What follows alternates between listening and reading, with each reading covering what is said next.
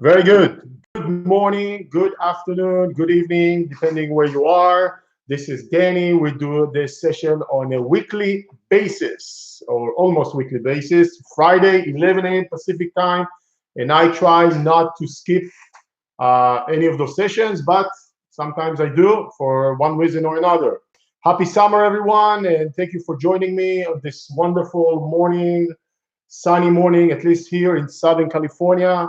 And just a few announcements before we talk about today's session. So, first of all, if you want to get the PDF that I'll be using for today's questions, very short and simple, you can email, like I put in the comment, one of the comment, you can email us right now, later.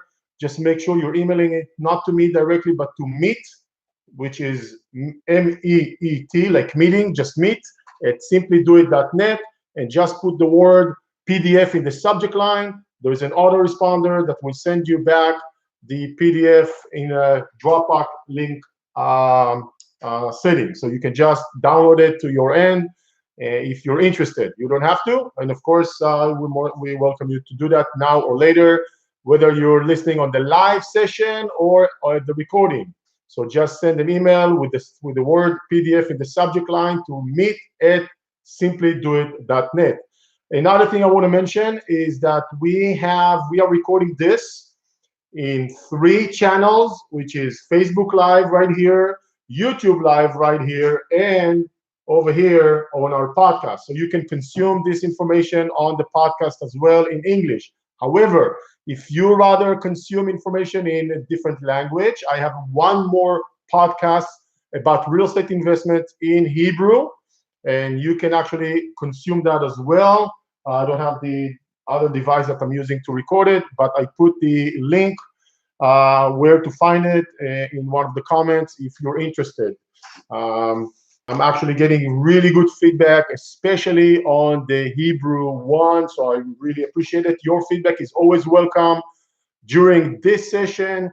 If you're watching the recording, if you're watching, on one of the other channels, podcasts or YouTube, we really appreciate it. I really appreciate it. This way, I know, my message is going out there.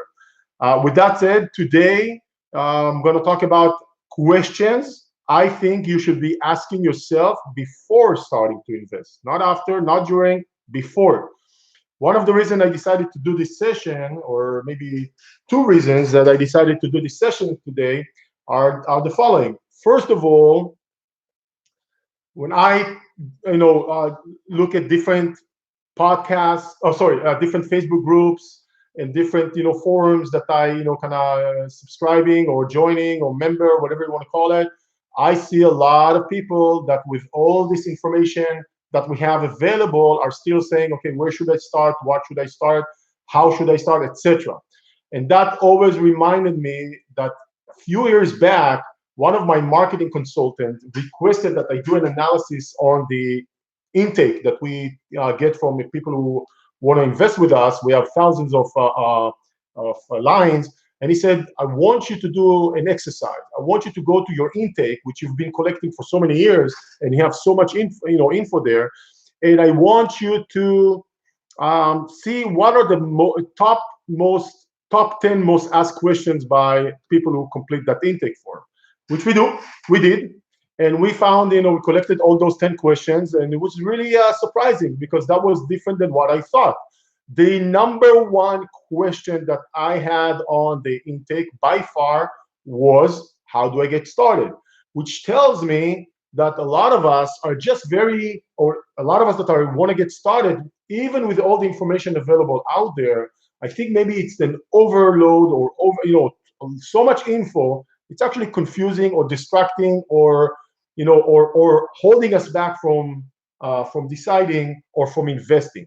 So what I suggest is take few good minutes, 10, 15 minutes, sit with yourself, with your life partner, business partner, wherever, and just try to answer those questions to yourself before even considering how to go about investing. That will help you determine which investment strategy or niche is relevant for you based on your profile. If you don't do that, or some similar exercise, you will probably end up investing by following someone else's footsteps, meaning you'll become the herd.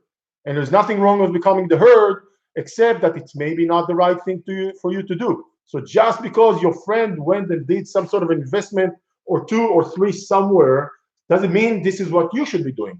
Maybe, maybe not. So how about we go over those questions quickly? And I don't want to take too much of the time, or maybe I do, doesn't matter. And I want to empower you to sit down and get those questions by yourself and answer them by yourself or with your partner, so you can actually make a better, smarter decision about where or how you should go about investing. And once again, those questions can be obtained or by getting the PDF that I'll be switching over myself in a second, by sending an email to meet@simplydoit.net and just put PDF in the subject line, and you should get an autoresponder. By the way, if you didn't understand the email, it's one of the comments. You can read the comment. It says there in all caps pretty clearly what to do, the instructions. All right. By the way, if you have any questions while I'm speaking or after I'm speaking, or comments related to the topic or not related to the topic, but let's keep it on real estate, please feel free to post them on the comment as well. All right, let's start with the question. Question number 1, very trivial. How much money do we have, right? Obviously, there's no point of buying $1 million, a small multifamily home if you can only afford $60,000 investment, right? So obviously, very simple, but let's just make sure we cover that too. Second thing, what is the source of the funds? Are you buying from cash? Are you buying from an IRA, an IRA account, a retirement account? Are you borrowing the down payment? Are you borrowing the money? We'll talk about mortgage in a second. And so it's very important to make sure we're not utilizing one source of funds that it may be not feeding to the type of investment. Okay, so just make sure it kind of makes sense to match those two as well. Do you have a rainy day fund? Have you put money aside for the rainy day, right? If everything you're putting on your first investment is without any reserve, that's probably a little bit of a riskier move. Now, if you're saying I have, let's say, $150,000 and I'm going to use $100,000 or $75,000, whatever, towards investing, that makes a little bit more sense. So just make sure you put some reserves on the side, so you have, should you run into a bad situation or in a personal life or bad situation with the property, you have money to help you with that. Next question: how free or busy are you? Right? If you're extremely busy, you should probably look for the type of investment that would not require a lot of your time. Right? So that would be not a smart move. It will not be. You will not be able to put the time, the attention, the resources into that type of a deal. So you probably want to match those two.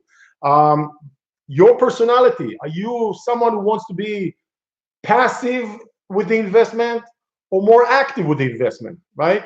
For example, you can be passive and find not an investment property, but some sort of company or an entity that does all the active, or it takes does all the activities, and you are just funding that investment, maybe by yourself, maybe with other partners, and you are very passive, right? It doesn't mean you're 100% passive, but just means you have nothing to do with the day-to-day.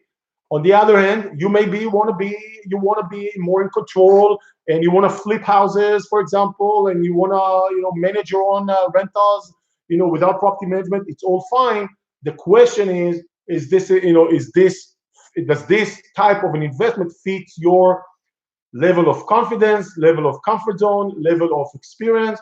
And based on that, you probably want to match those two. You can change it in the future, but you can decide, for now, my personality is I want to be as much as possible not involved. I should find that type of a strategy or niche or path, right? And vice versa. So very important to kind of think about those questions, this question and all of them.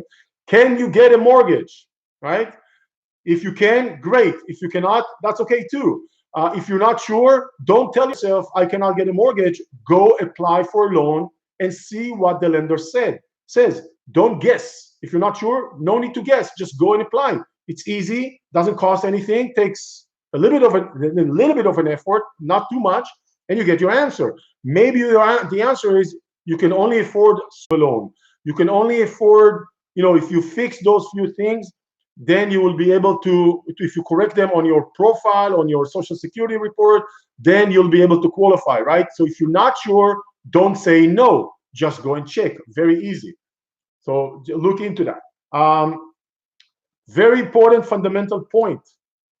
Know your why. Know your why. What do I mean by that?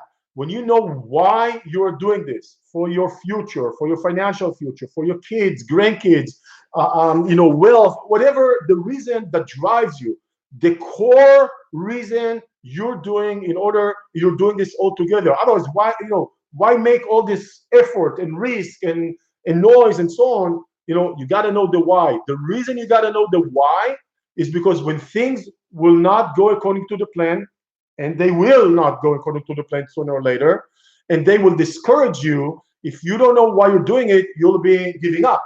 But if you're saying, okay, I know why, I remember the bigger picture, I remember the core, I remember the engine that pushes me to do this in the first place, you're going to say, okay, now that things are not going perfectly, I know there's a good reason why I'm doing this, and I should, stay determined and continue, although things are not going perfectly. This is real estate. We're dealing with multiple unknowns, dealing a lot with people, so things will happen in that course. So expect it. If you've been doing this and everything is smooth and no hiccups, good for you. I'm very happy to hear that. But you know what?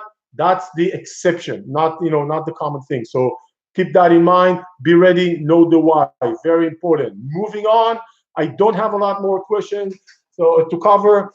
Next thing I want you to do, and I think this is one of the very important, is remember, if you have, all of us, especially beginners, have fears, concerns, actual obstacles, mental obstacles. It's all part of the package, right? Most of us go with those fears and concerns, and we keep it in our mind, and we don't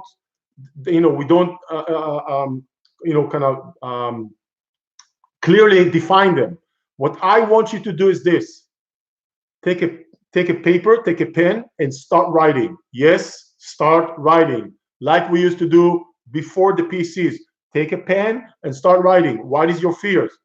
For example, all property managers are crooks. Okay, probably not true. It's a fear. You're entitled to have that fear. Will it rent? How long a vacancy? Can I handle repairs? What happens if the tenant doesn't want to move out? Anything. Write down those 5, 10, 15, 20, 50 reasons or 50 items that are holding you back. Fear, concerns, mental obstacles. You got to list them down. Once we list those items, when you listed those items, you'll be able to tackle them one by one more easily. If you're not listing them, you're not identifying them. That means it's a big noise block cloud in your mind, and it's holding you back even if you don't think so. Once you list it, then you can go item by item on the list and start tackling what can you do about it. For example, what happens if the tenant gives me issues? Can I evict them? Okay, hello property manager, can I evict my tenant if they give me a hard time? No, I don't own a property, but I'm thinking about it. Yes, I can. How much does it cost? Oh, okay. How long does it usually take? Okay, thank you. Done. Is there a solution here? Yes. Is it a solution you feel comfortable with? I don't know. Look into it, right? But at least you took one of those items and we have an answer. For example, what happens if the storm, a tornado comes through and ruins my roof? What do? Oh, insurance. Perfect. I have insurance. I don't need to. I mitigated the risk. It shifted it to someone else. What happens if my AC breaks? If my fridge breaks? Oh, I don't know what to do. Home warranty, done. Shifted the risk to someone else. Item by item by item. If we don't list it, we don't identify it. We don't identify it, we don't know to tackle this. I'm not saying you'll be able to tackle every single concern, okay? And I'm sorry to not be able to provide you with an answer. If you don't have money to invest, I don't know the answer for you, right? There probably is an answer out there, probably a solution, but I'm not the right guy to ask. So you may not be able to answer or address every concern and fear. But if you have a list of 25 and you were able to identify all 25 and address one way or another 22 out of 25, that's a pretty good job you've just done. You're never going to be able to address all 100% of them. That's why it's called unknown. That's why it's called risk. But just taking your list and addressing 80, 90% out of it will probably bring you more to a point you're comfortable with making the investment, much more comfortable or confidence than before you've done the list. Very important exercise that if you don't do, you're probably gonna continue thinking about it. Next point, can you analyze the deal? So you've been through all those questions, you found out the type of investment or strategy you'd like to exercise or execute. Now, how do you evaluate, analyze, the deal that you are looking into? It's different way how you go about evaluating. Is not just financial, it's the entire package. It's a different thing when you do rentals versus flips versus multifamily versus whatever else you want to do. So just make sure once you decide which strategy, you know how to evaluate the deal completely, not just financially, a financial analysis. Do you understand the risk involved, right? List those risks and see how you can mitigate those risks. Insurance is a risk mitigation. Things break in the house, home warranty is a mitigation. And preventive maintenance is a risk mitigation, right? All of those things. There's a lot of answers and options how to mitigate or reduce, probably not eliminate the risk. If you know the risk, you can start mitigating those risks. Not all of them, but most of them. Okay, very important as well. Well, everything I'm saying here is important. Almost done. 3 more things. What's your exit strategy? Okay, if you're buying a flip, what happens if you can't sell it? Rent, Airbnb. Can you rent? Can you do Airbnb?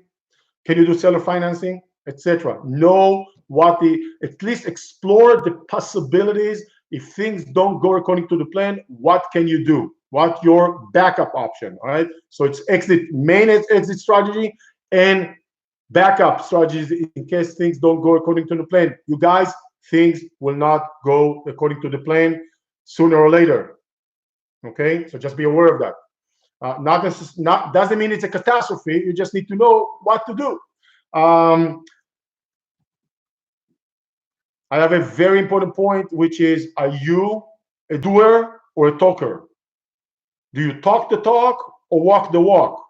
If you're a talker, then I should say either do everything I said in this exercise or find the reason that makes you a talker, not a walker. Okay, I've been doing this for many years, and for many years I've met in different events the same people over and over again. And a year after, and another year gone by, and this is the 3rd time or 4th time I'm seeing them for the past 4 or 5 years. How many houses have you purchased? How many investments have you made? Oh, I'm thinking about making an offer. Oh, come on, right? This is nothing to do with real estate. This is all your personality. I'm not saying that you don't have reasonable, justifications why you're not doing it, but there is something more fundamental you need to address. Either follow this exercise or find the reason and focus on that reason. Last point before we are done with the questions. Do you have your baseline criteria set? What is the baseline criteria? Take those, take another minute or two and write down what would you need a property or investment at minimum to look like in order for you to consider it. For example, the age of the house or the year it was built. What is the oldest you're willing to do? The minimal square footage, the minimal bedroom, bathrooms, lots, garage, yes, no, pool, yes, no, 1-car garage, no car garage, carport, schools, price, cash flow, and maybe others. right? So you probably want to sit down and say, okay, in order for me to consider a property for me, not for the other guy, not to my friend who's already buying, for me, it's got to be those things, it has to at least meet those criteria. Why do I say it?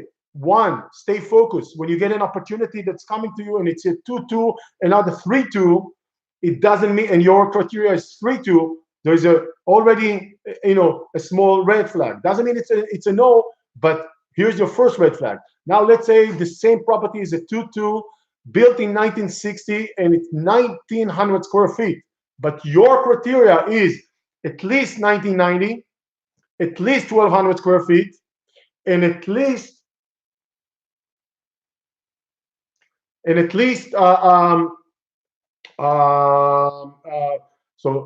2 bedrooms. What do?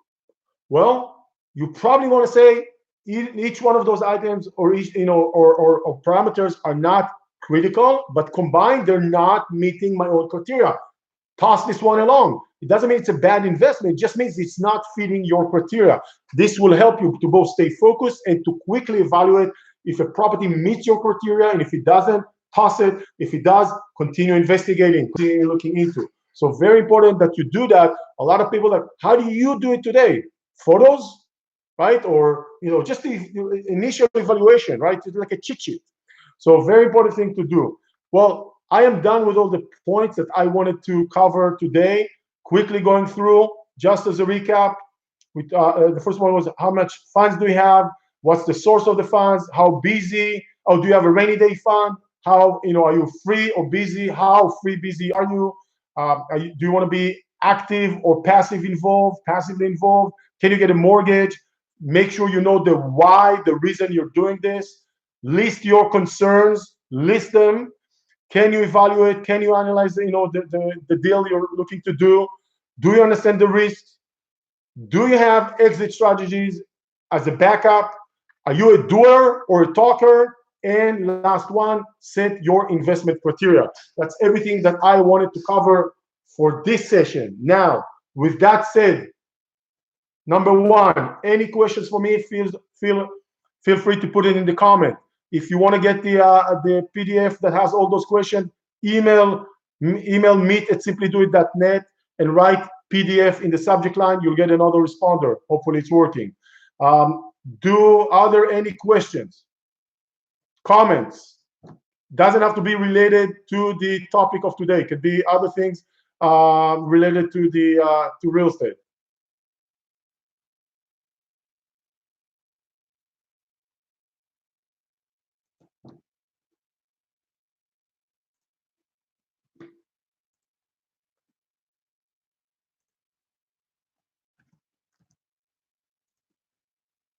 All right.